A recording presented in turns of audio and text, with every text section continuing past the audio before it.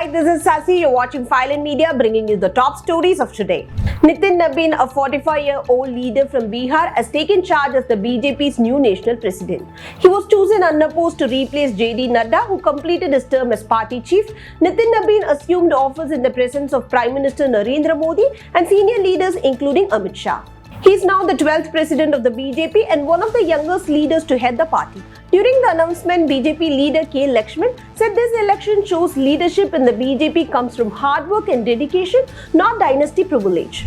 A political controversy is erupted in West Bengal after Chief Minister Mamata Banerjee made allegations involving the Indian Army. On January 13, she claimed that a senior army officer at Fort William was involved in the special intensive revision of voters list and was helping the BJP. She also alleged that Fort William was being used like a political office. The Indian Army strongly denied the charge and said it damages its political neutrality. Two senior army officers met Governor C.V. Ananda Bose and submitted a complaint. The governor has forwarded it to the Defence Ministry and the matter is now under review.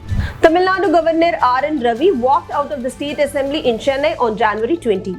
This happened on the first day of the year's first assembly session when he was supposed to deliver the customary governance address. He left without delivering his opening address after a dispute over when the national anthem should be played.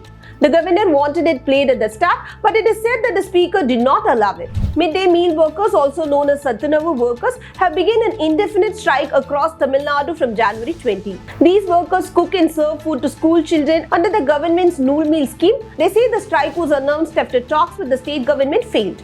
The main demands include higher wages, permanent job status and pension benefits. More than 70,000 workers are said to be taking part in this protest. A major controversy is erupted over the NEET PG 2025 exam, which decides admission to postgraduate medical courses in India. Last week, authorities suddenly drastically lowered the qualifying cutoff marks, even allowing students with 0 or negative scores to become eligible. The move was made to fill thousands of vacant medical seats, but it triggered protests from doctors and students.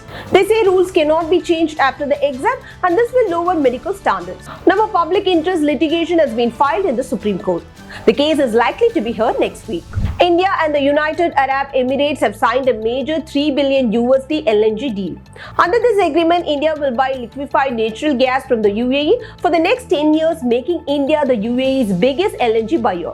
This will help India meet its growing energy needs. Both countries have also set a target to double their trade to $200 billion by 2032. Tensions are rising between United States and Europe. European Union leaders have criticized President Donald Trump for threatening trade tariffs on countries that oppose US plans over Greenland. They say such threats are unfair and amount to pressure tactics.